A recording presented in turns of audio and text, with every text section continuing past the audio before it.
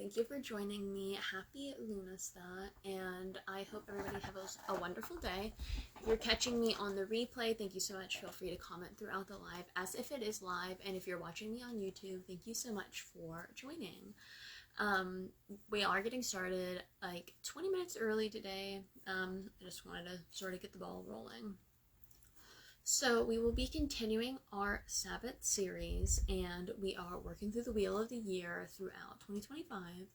And last month, Litha was covered, and coming up next month will be Mabon. But today is Lughnasadh, so let's get started with some basic background. What is Lughnasadh? Lughnasadh is the first harvest festival of the year, marking it a Sabbat in the year. So, the first harvest festival. When is this Sabbat? It is celebrated on the 1st of August in the Northern Hemisphere, and it is celebrated on the 1st of February in the Southern Hemisphere. Hey Kimberly, hey Carol. I don't know if I can see comments or not, but I can see that you guys are watching. Let's try this trick that I was taught. They said if you swipe left, sometimes that makes it to where you can see. Ooh, it worked. I can see comments. Hey, Carol. Shout out to Jody. Thank you for teaching us that the swiping left does work. Sorry, ladies. I got started a little early today.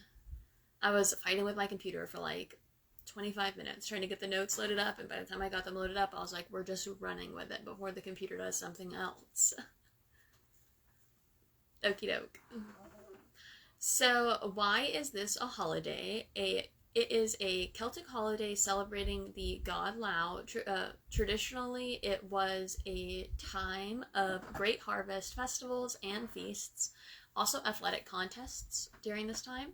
It was celebrated to honor the fruits of labor, and it's also a time of rest, a time to take stock of what you have and celebrate and see what the summer sun has yielded you.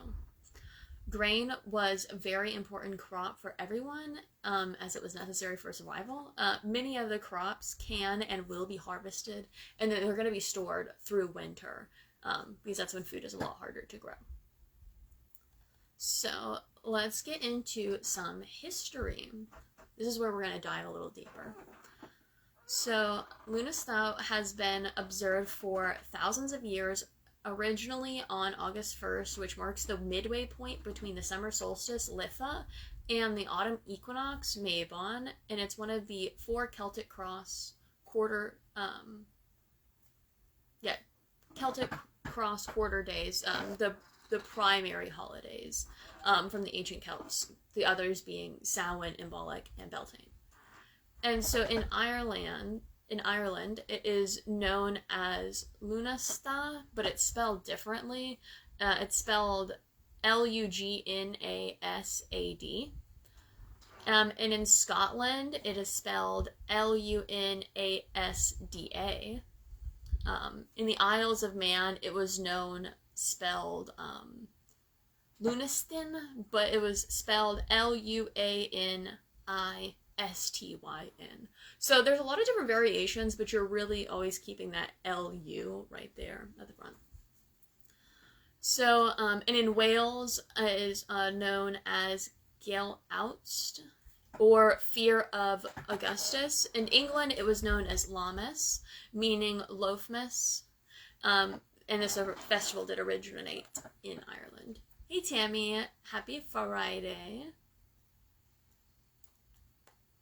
Over time, traditions did migrate across to Britain. Newcomers such as the Danes and the Germans adapted to Britain and became known as the Anglo-Saxons. So traditionals blended, creating new traditions such as the German Halfmas or Loafmas. But all in all, it's the celebration of the first fruits, the first wheat harvests. So Lughnasadh was melded with Christianity during the early Middle Ages as the influence of the Christian church spread. Early Christians would take the first loaf of bread from the harvest to the local church to be blessed by a priest during Mass, leading to the Old English term half mace or loaf mass. Again, we keep hearing this. It's another place where, it comes from. So, like I mentioned, it's just you can see it from different parts following different traditions, and it all kind of melds together today to sort of create what we have. So today, pagans, Wiccans, and practicing witches often observe the Sabbat, melding elements from many of these ancient traditions into the modern day Lughnasadh celebrations. In early Ireland, it was not good to harvest grain before Lammas. If you did harvest grain before then, it was meant that the harvest from the previous year ran out before the next harvest was ready, meaning that the farmers would have failed in providing, for their community with the amount that they would need to last them. On Lammas, the first sheaves of grain were cut in the dawn hours, and by that night, the first loaves of bread of the season would have been baked. It is also a popular time for trial marriages, a temporary partnership that lasted a year and a day until the next fair, and then the union would be dissolved if they wished, or they would continue. Also, the pagan marriage ritual of hand fasting is also really popular during this time of year. Hey, Haley. And hey, Em. So glad that you guys are hopping in. And no, you guys aren't late. I'm technically early, so that's okay. The Puck Fair, still held each year in the town of, I'm going to butcher this, but I'm going to try, Killorglin. It's spelled Killorglin, in County Kerry. It is descended from an ancient Lughnasadh festival. As the 3-day festival starts, a wild goat is brought into the town, crowned King Puck. While a local girl is crowned the queen, the traditional music and dancing, there's parades, horses and cattle fairs, and a big bustling market. Lots of, people bringing their fruits and people bringing things of the harvest. And there's also horse-led races that still start on that Sunday. And then they're, doing the little horse races and stuff. Next up, we're going to get into some of the lore, though. I always try to bake bread, but it comes out too dense every time. Well, see, at least you're trying. I don't try. I don't try to bake bread. I don't do it. I feel like I'm gonna... I have a bread maker, though, so I could try. I recently got that. Got it for free from a yarn sale. That was pretty nice. But, so it's hopping into some of the lore.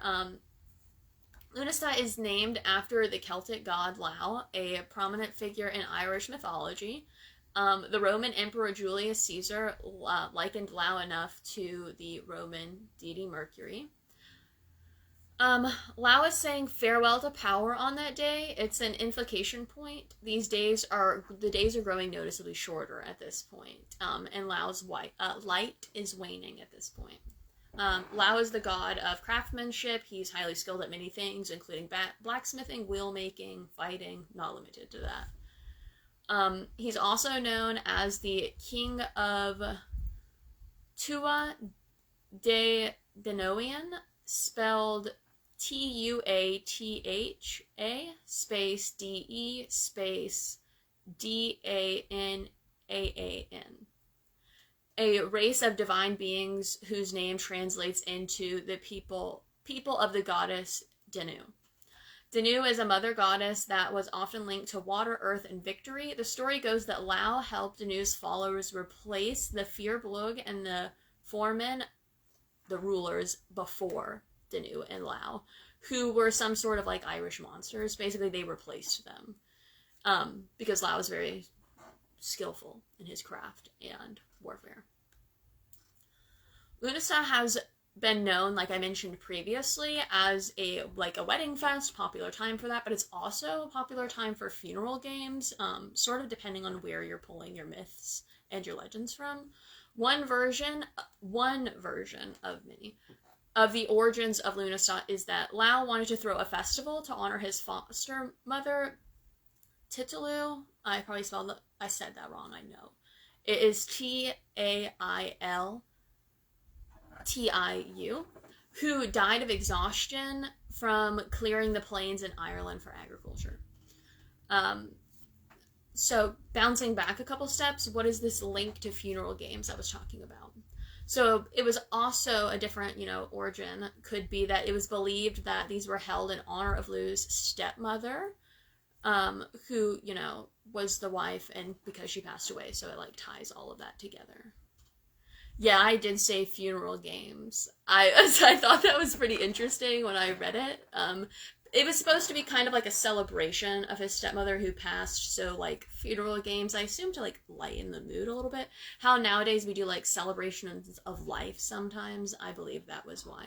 I didn't dive deep into what the games were. I just wanted to present them for, a deep dive, but you could possibly run off into research. But like I mentioned, she was passed. She was buried beneath a great mound that was named after her at the spot where the first feast of Lughnasadh was held in Ireland, the hill of Titili in County Meath. At this gathering, there are ritual athletic games, bonfires, matchmaking, and then great feasts and summer harvests. Lughnasadh fairs were often held near these burial mounds, in honor of mythical divine feminine heroes such as Titilu herself or for Carmen. Another origin story of Lughnasadh was that it's a celebration of Lau's marriage and having the wedding feast, because we've been talking about weddings a lot. This festival coincided with the grain's first harvest, marking growth season, which is vital for surviving the winter. If you think about it, if we go back to this, we're having a celebration because now we have enough food that we're not going to die during the winter. So it's definitely cause for celebration. And no worries, Anita. I started early, so that is definitely throwing people off. The zodiac associated with this is Leo. The Sabbat falls right at the height of the summer during Leo season. Some different symbols that can relate are corn or straw dollies representing the harvest itself, harvest tools such as sickles or scythes, a symbol of the hard work to bring in the harvest and achieving that abundance. Bonfires for the fire element and representation of the sun's power and energy. The cornucopia, representing the blessings of the harvest. And then also, previously when I mentioned the sickle or the scythe, another reason that you could add in there is showing the cyclical nature of life and death, how it grows and then it dies, it grows and it dies, but it's always going to come back around. Some different types of spell work that might be good to do during this time could be abundance, prosperity, gratitude, reflections, home and hearth protection, empowerment, strength, cleansing, purification, and of course harvest. Different types of spells and rituals. So what are some of the colors that correspond? We have golds and yellows, which represent the abundance from the sun, the ripening fields, the ready harvest. There are browns, which is symbolizing the earth, soil, and then again, those harvest-ready fields. We have green, which represents the fertile earth, represents that the land is lush and vital and blooming, and the flourishing of crops. And then lastly, oranges and reds representing the warmth of the sun as well as the transformation of the lands and the seasons. Haley says doing some reflection today. Yeah, reflection and gratitude are things that I really like during this Sabbath. Just a few deities are Demeter, Isis, Titilu, which I mentioned earlier, and Lau, which I mentioned earlier. So some herbs or flowers that would be nice during this time, not limited to, would be sunflowers, ivy, oak leaves, mint, meadowsweet, rosemary, garlic, basil, hops, rose, dill. And then some incense and oils could be basil, vervain, cinnamon, goldenrod, rosemary, frankincense, sandalwood. Some different types of crystals and stones would be citrine, which represents abundance, prosperity, and energy from the sun. Adventurine, representing growth, abundance, manifestation, and one's desires, like manifesting your desires. Carnelian, which represents motivation, courage, confidence, and boosts your energy. Tiger's Eye encourages strength, protection, and clarity. And then just a couple that I'll rapid fire would be lodestone, gold topaz, peridot, clear quartz, amber, and moss agate. Some different types of food. Bread, as we mentioned earlier. Also fruits, very popular, such as pears, apples. And then we have our grains, our wheats, corn, potatoes, mushrooms, nuts, berry wine, barley, soups, stews, lamb, cider, and wild berries. Animals that would relate would be the stag, foxes, crows, pigs, salmon, calves, cows, roosters, mice, and lions. This part's my favorite. What are some ways that you can celebrate? So you can bake bread, which I know a lot of people had talked about. Yes, moss agate is so pretty. You can have a large structured feast or just a small get-together. You could even do a picnic. You could make corn dollies. You could get locally sourced food. You could do a nature walk. You could preserve food and do canning. You could donate or share food with community, friends, or family. Journaling about abundance. Meditations on the cycle of life. Creating an altar space, collecting seeds, having a bonfire, leaving out offerings is also another one. M says, I like making and starting infusions, infusing a garlic oil, and then set the intentions I want to sow for next year. Bake my failure bread with it next year. Your bread's not a failure. It's good. It's just a little thick, a little dense bread. That's all right. You could just sop it up with some stew or some soup, and then it'll be just fine. Some different decorations, apart from things I mentioned earlier, could be yellow flowers, candles, really anything harvest related, dried corn, the cornucopia, corn dollies, wheat wreaths. So I know a lot of people really like making wreaths for each Sabbat or each season. This one you would want to do kind of like wheat, sunflowery, like definitely harvest vibe, but not harvest as in Mabon, where we're gonna have like our pumpkins and stuff. Think like the first things that you would harvest that are already like right at the beginning. Mine always turns out dense as well. I don't know how to adjust to fix that. I don't know either. Sarah Nicole might be helpful with that, but not sure. So I did make a tarot spread for you guys because, you know, I love making those tarot spreads. So I made one for this Sabbath. I did a little 4-card spread.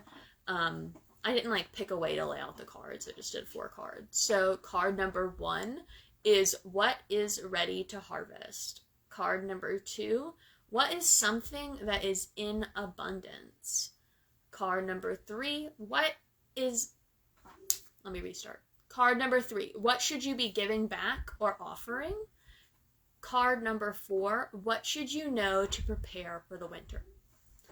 So I hope you guys like the tarot spread. If you try it out, please let me know how it goes. Type it in the comments, send me a message, whatever you want to do. I love knowing how people enjoy the tarot spreads, and I always really like making them for you guys.